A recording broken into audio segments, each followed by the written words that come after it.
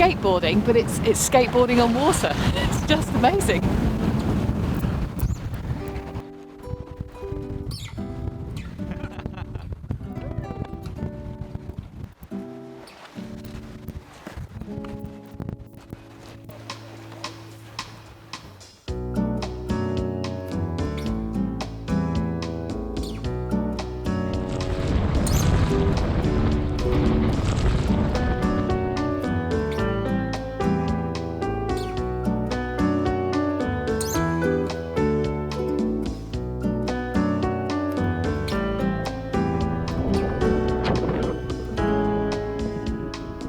Hello and welcome to Certosa Marina in Venice, and for the first time since we got here it's a bit chilly. Yeah, there's snow on the mountains we woke up to this morning, but actually this time of year is normally the time for the high tides, the flooding, aqua alta that happens around Venice, but they've got a new barrier, it's been up and it's working, so we've had no flooding, so that's good. And that's meant there's been plenty of chance for us to get out and about with lots of activities happening, and we've been lucky enough to join in, so I hope you like the film. Coming up, an island of colour sailing to Burano. Trimaran racing in St Mark's Square. And cycling along the waterfront, another side to Venice. Autumn is still sunny in Venice, so we're going on a trip. It's been a couple of weeks since we've taken Fair Isle out, so we've found a good couple of anchoring sites, and it's just a matter of getting there. The channels through the islands are quite shallow, but the chart says that if you stick to the middle, you will be fine.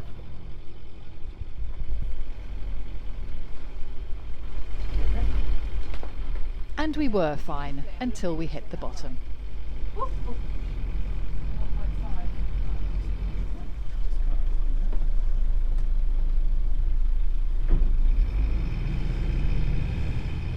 It's soft mud, so quite easy to reverse off.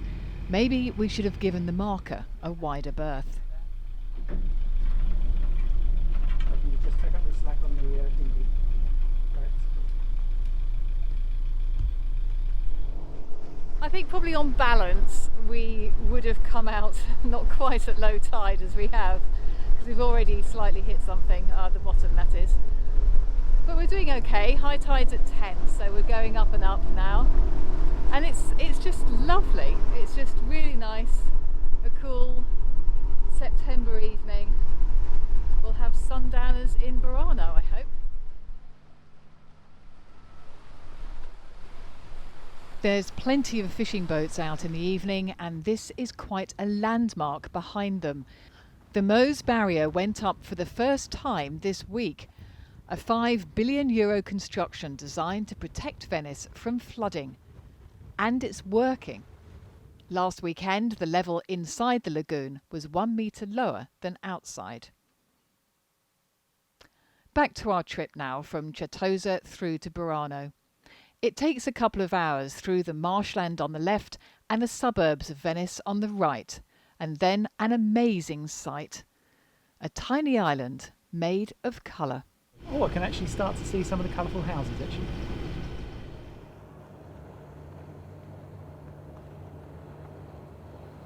We anchored in time for dinner and our first look at the leaning church tower, a defiance of gravity. The next morning is quiet and peaceful.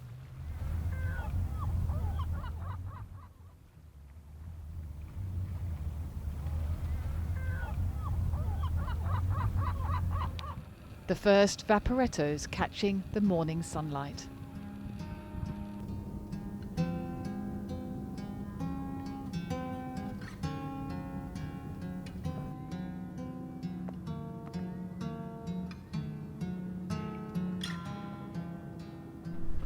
Had a nice night at anchor. We're going to go for a bit of an explore. I'll just show you now it's daylight where we are.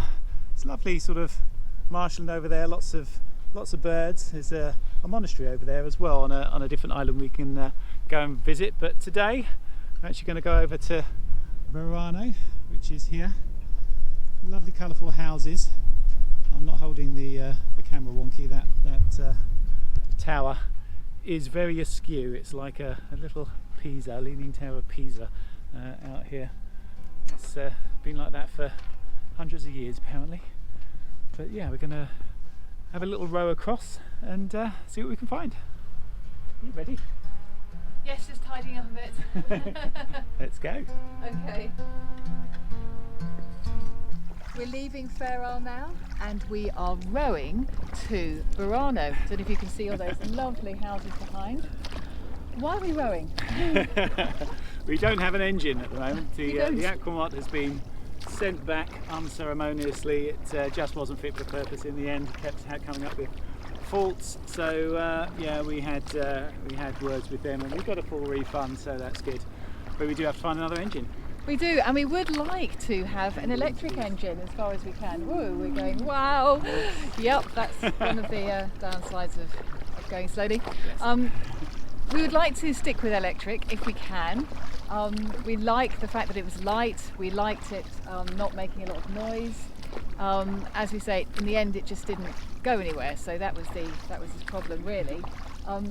Anyone got any ideas? That would be lovely. Other than that, we will have to get, yeah, a diesel or a petrol engine, I guess. It's no diesels, yeah, 4-stroke or 2-stroke. Yeah, I don't like to have 2-strokes. They're not really that environmentally friendly, but they are light. We did have one when we came on the boat, but they're unreliable as well. So 4-strokes are better, but obviously heavy. But we'll see. I don't know, I think you could just get fit. Just get fit rowing. Yeah, well, we'll see how this goes. We've got to get across this channel now, and these vaporettos go very quickly through here, and there are a lot of them, so I'm going to have to pick a moment and just go for it. Okay. Got some help. Maybe I should have got some more oars. Maybe that's what we should invest in. I might have to throw you over the back and you can swim. Okay, right, I'm going to start filming now. So we need all hands on deck. Yeah. Wave at all the people inside. Yay! They think we're very strange. Well done. Getting hot with this jumper on. Okay, we made it ashore. We've actually taken the dinghy out of the water and just tied it up here because although there's lots of places you can put boats here, I think they're probably private. I think they're all private, yeah. And I wouldn't want to be in someone's parking space. I think we've landed in a more sort of residential part. It's lovely, isn't it? They paint their houses everywhere here. Yeah, exactly. They're all beautiful. Oh, thought that man was talking to us.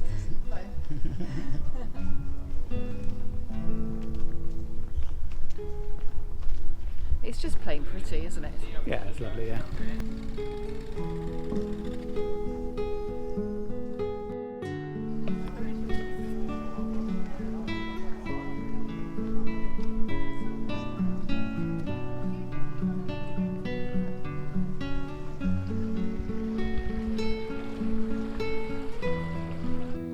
That is a very wonky tower.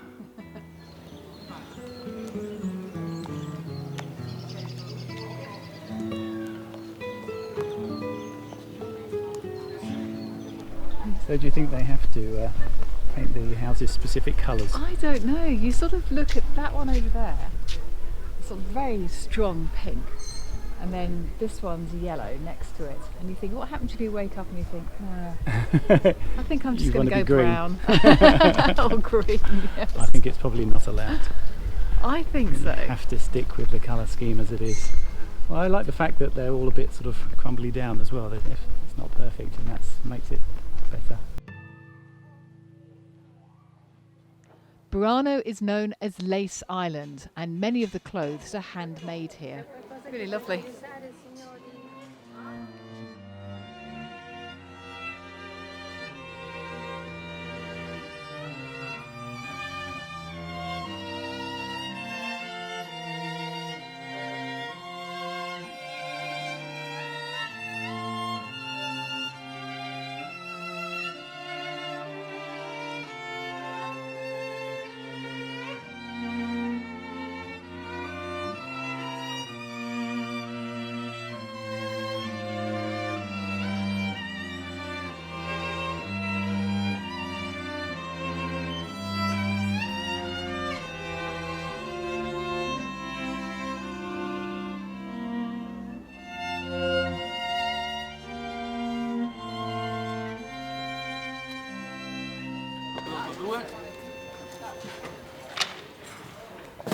That's something close to your heart there.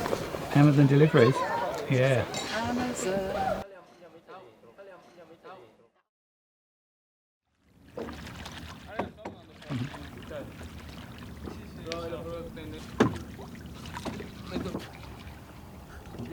After our day out, we arrived back at Certosa for a busy weekend.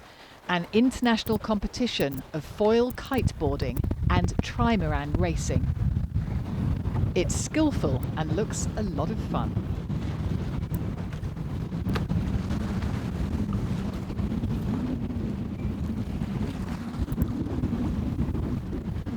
It's skateboarding, but it's skateboarding on water. It's just amazing.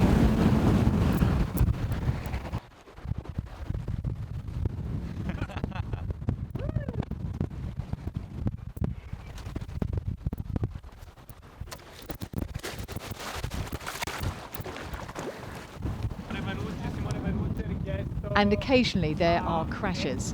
Luckily everyone is okay, but concerned to get their boards back safely. The carbon fibre is quite delicate.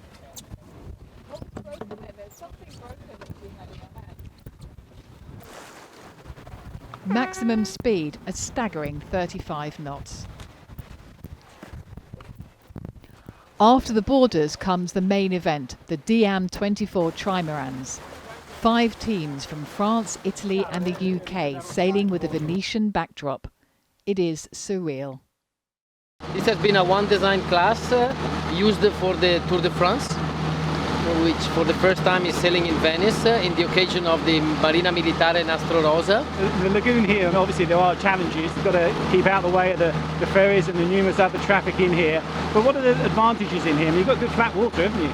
I mean, the lagoon is like a big lake that most of the people, even the tourists and the cultural circuit, are not really knowing. It's a very wide and fantastical area, not only for sailing but also for kayaking, rowing and enjoying a kind of a different mood, a different point of view for the most famous and wonderful city of the world. We are lucky enough to meet the Italian team while they're getting ready to go out. Why do you need 3 people? Well, you need 3 people because one is helming, so is driving the boat. The second one is trimming, so setting the sails. And the third one is crewing, so is pulling the sails up and down and helping with the other settings of the boat. And how important then is it to be quick? Well, it's really important to be reactive, but sometimes it's very important to be slow because the movement of the people affect a lot the boat. So in low wind, for example, it's important to be really smooth. So you need to be, ready for the right move at the right time. Skilled, subtle and elegant. And today, with a 15-knot breeze, pretty fast.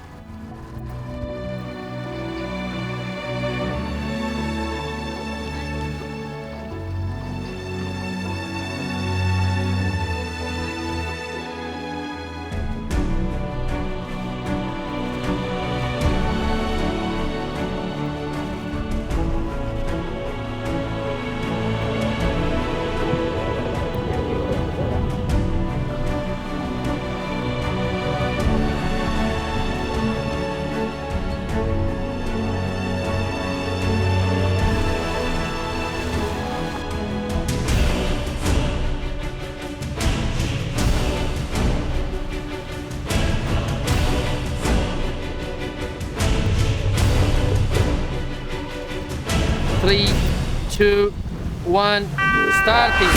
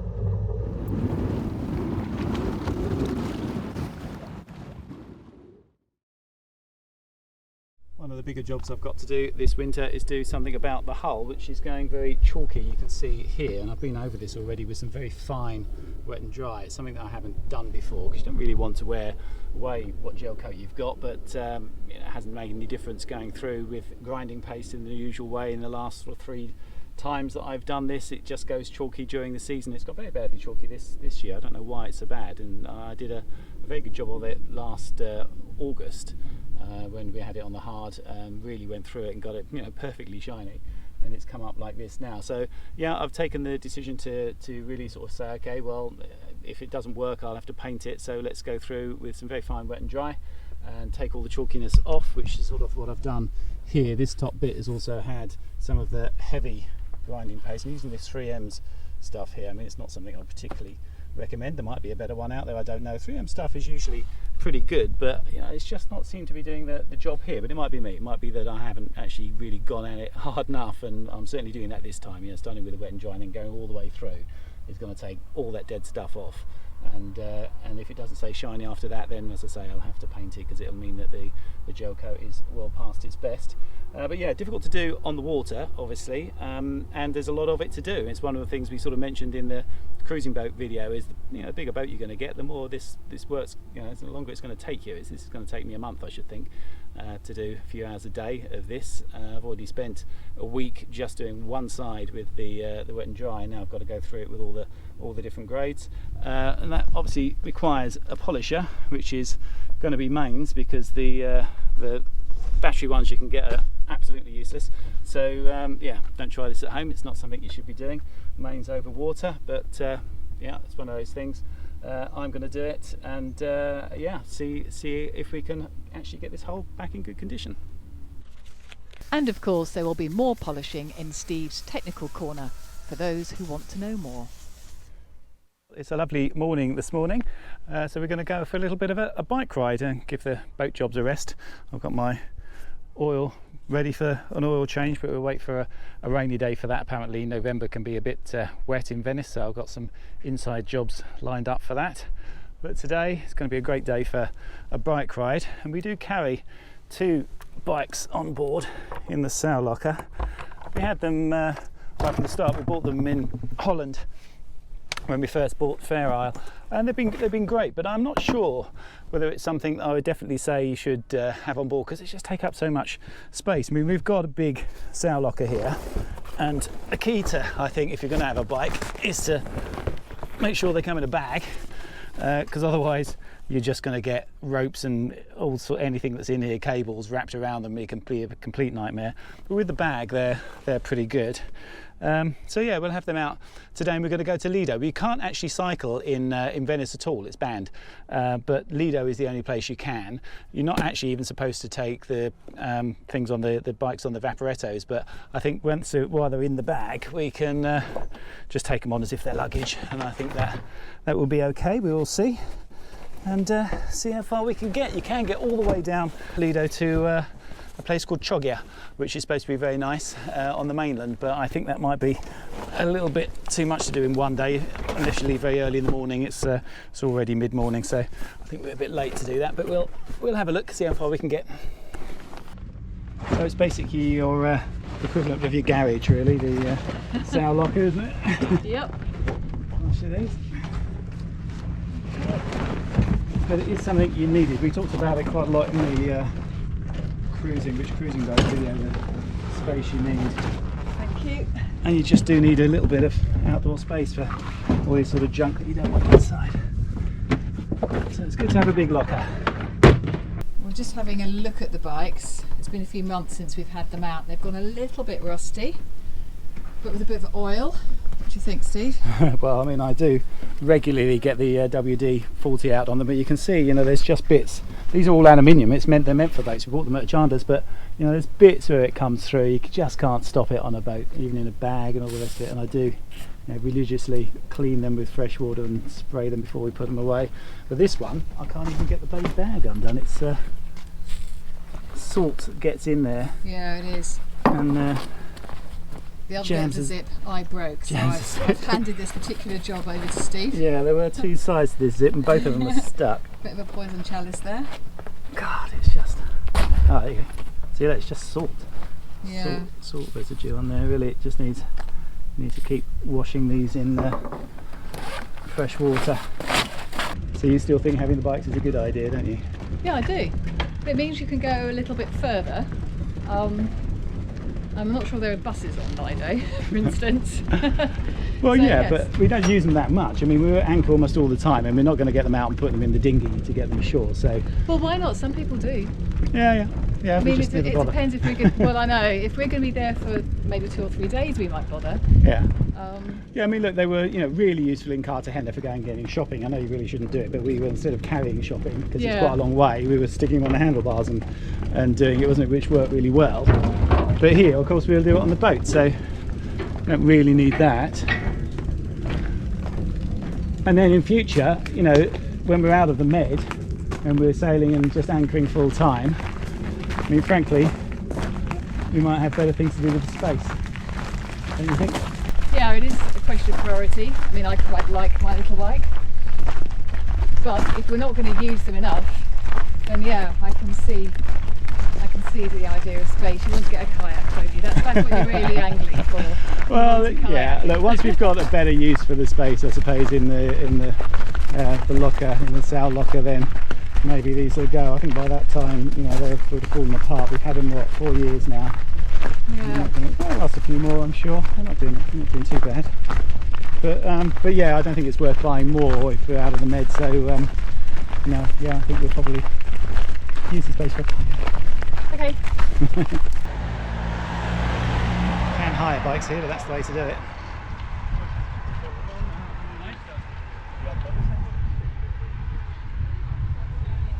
As it turns out, there are bikes, cars and buses on Lido Island. Perfect.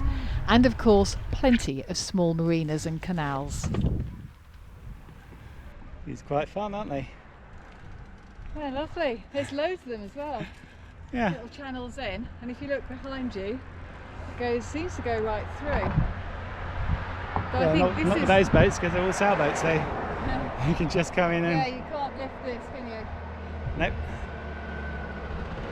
Yeah. Good little place to keep your sailboat if you live in the Lido. At the bottom of the island, what looks like a cycle path is probably just a footpath. The trees were a little low-hanging. I think that might be the road, the cycle path. Up there, do you think? Well, it's a bit confusing, isn't it? I think it is, yeah. I was just following those guys. Oh yeah, over here. Yeah, that's right. Oh, you got a duck though. Ah. Low trees, low trees. Looks like it drops you straight off into the sea in the end of it as well. Oh, I think we better go through here.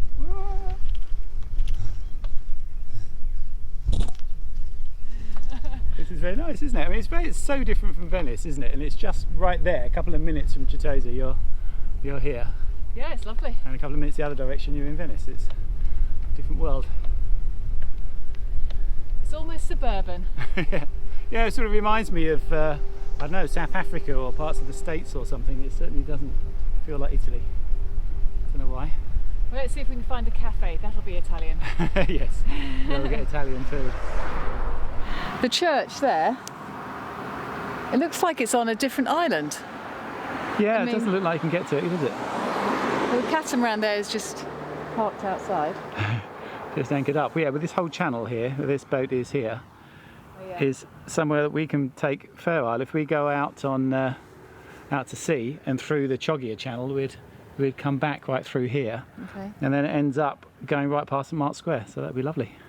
Oh wow. That's my idea of heaven. Yeah, I hope the weather holds. yeah. Nice slow sail along the channel. I've been quite surprised actually at how many places we can go, because I thought with a 2-metre draft we'd hit the bottom more than once. I know you're looking at me. We did hit the bottom, sorry about that. But it wasn't that bad, and if we'd have gone at the right time, like with high tide. It was a rising tide, so it's fine. It's soft and you just lift off. It really isn't a problem. And I think we will do this nice trip out to sea and back through Chogia, which brings you up then past St Mark's Square. That's going to be nice. Do it before the snow reaches us down here, I think. I think so. And there's a good fish market in Chogia. Oh, it's supposed to be lovely. It's like, well, they say it's Venice without the crowds, but of course Venice hasn't got any crowds at the moment. I mean, it is a strange thing. Things are open as normal. People now, as of this week, are wearing masks outside. That's the new directive for Italy, is it? Masks outside as well as in, which everyone seems to be doing. They do, and they haven't had the high rates that other places in Europe have had, so far at least. So fingers crossed. Yeah, so we're hoping for a good winter here. We're hoping to go and do some exploring inland as well, up in the mountains. Beautiful, and do some skiing if we can. That would be really good. That would be your idea of heaven, we tried. wouldn't it? If you watched last season, we tried. Yeah. We tried in the Sierra Nevadas in Spain. We tried to do it, but we just missed the snow. It came after we were there. Yeah, exactly. Anyway, thank you very much for watching, and thank you for subscribing, and thank you to our patrons. And I hope we can keep you entertained over the winter. Doing things in real time is a bit of an issue there. We don't have a back catalogue. We're going to do some more tech videos. We don't work like that, but we'll do lots of tech stuff, because there is, in fact, there's some things being delivered. That's one of the good things here, is that actually we can get Amazon. You saw in that Amazon comes to Venice. It actually comes down here, a little barge with Amazon parcels on. It's very exciting. So we get things, and I'm getting quite a lot of stuff, some technical parts brought in from the UK, which are on their way at the moment. One of those is new comms unit for here, so I'm looking forward to getting that on. So thank you very much. So another thank you for watching, and thank you to our patrons, and we'll see you next time. Thanks a lot.